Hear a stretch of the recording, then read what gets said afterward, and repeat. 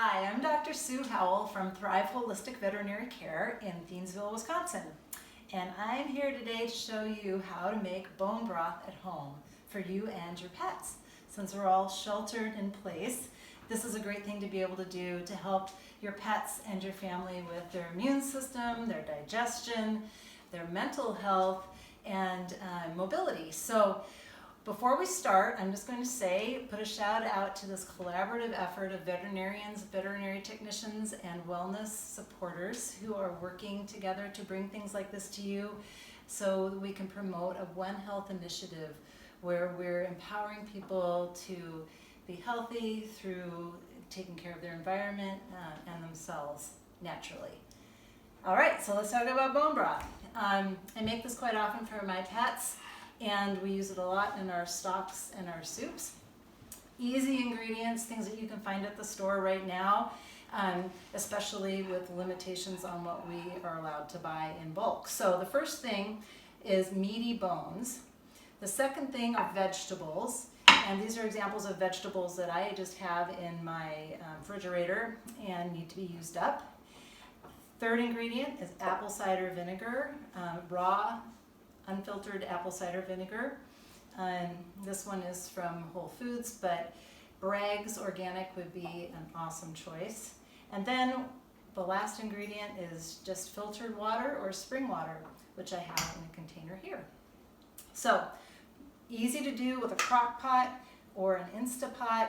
My crock pot is made of clay, you can see that, so no toxins, and will leach into my broth. And I got this on Amazon for like 30 bucks, really cheap, and it gets delivered to your door. Super cool. I'm going to take my meaty chicken backs, which only cost about $6 for about 5 pounds, and these are things I got at Whole Foods. You can probably find them at any grocery store, and most people don't pick up chicken backs first. They'll pick up other types of breasts or legs to feed their family, so these were easy to find. You could also take like an old chicken carcass from a meal that you had, or a turkey carcass, and you can throw it in the broth too. So that's a way to reuse those things. So these are great. The meaty bones are awesome. They provide collagen to support your joints. They're nature's glucosamine to keep joints moving and cartilage healthy. And they also contain amino acids to help with your digestion, keeps your gut happy, and promotes wound healing. Along with just overall even sleep quality. So I'm going to put those in my pot. In they go, 4 to 5 pounds. And then I'm going to take my vegetables. And the first thing that I have in my fridge is carrots, and I just cut them up into little sections. Carrots are super cool foods because they contain a lot of vitamin A. They're really great for your eyes and for your skin. In fact, if you cut them in half, they look like little eyeballs. So nature's way of telling you what's good for your eyes.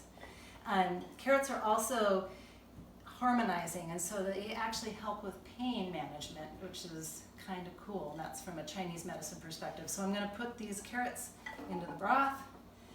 Now I'm going to take my celery, and I'm taking all the parts of it, even the old scrocky, gross parts at the end. Everything's going into the broth. This is a way to really use up some of those ends of vegetables that you cut off, sometimes for yourself. Celery is great also because it helps digestion, and its properties are cooling, so it'll help you just kind of get rid of an inflammatory state. If your pets are itchy or scratchy, celery is a really good one. So we put that in the pot. Okay, and the amounts don't really matter. I mean, just throw it all in there. Third ingredient, apple cider vinegar. So we're going to put about 1/3 of a cup of apple cider vinegar in here. And this is full of prebiotics and probiotics to help your gut. It'll also help pull the minerals from the bones and help your body absorb calcium and zinc and other minerals so that you can better utilize them. Lastly, we're going to put in some filtered water or spring water.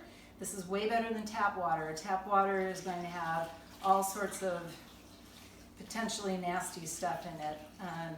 Like lead and arsenic and things that you just don't want going into your body or your pet's body. So you want to fill that up and cover your vegetables and everything. Then you're going to put the lid on, But you're going to turn this crock pot on low and let it cook for about 24 hours. That low, slow time is going to let the bones release all of this great collagen. It's going to be a real gelatinous broth, and it's going to be full of healing qualities. So we'll come back in about 24 hours, show you what it looks like, and serve it up. 24 hours ago, we put our broth into this pot, and it cooked on low for about 24 hours. I had an opportunity to strain the broth and put it into jars. So I wanted you to see what it looks like at this point. There's some gelatin going on. It's a little jello-y, which is exactly what I want. This is the collagen in the broth. And you can see that there was some fat that came out as well. And that you can actually skim off the top and remove if you're pet sensitive to fats, or if you want to add some of this healthy fat into their diet, you sure can. So we're going to learn now how to serve it up and how to store it. So I put my broth into ball jars. These are glass jars to help preserve it, and it can stay in the fridge this way for about a week. I would freeze the other ball jars that I don't use right away, and they can stay well in the freezer for quite a long time. So this broth is now my animals waiting to get their tasty broth. This is Lillian, and that's Shelby. Yep. And this is my dog Rush. And they're all just waiting because they love this stuff so much. So what I'm going to do right now is I'm going to warm this up because it's been in the fridge. So I'm going to take it and I'm going to put it into a pan. Okay. You're not going to do this in the microwave because that is going to kill all the good stuff that's in your broth. People can hardly wait. Can hardly wait, Lillian. Okay, just hold on a second, kiddos. So I'm going to warm it up to probably room temperature or so, and we're going to serve it to these animals. The dosing on this it's variable, okay? So what I do for small animals, cats and dogs that are less than 20 pounds, I give them about 1/8 of a cup a day. If they're 25 pounds to 50 pounds, I give them about 1/4 of a cup a day, and if they're over 50 pounds, about 1/2 a cup a day. And that can get mixed in with their food, or they can just have it straight up like this. So here we go. The gelatin kind of dissolved out as we warmed the broth up. It smells amazing.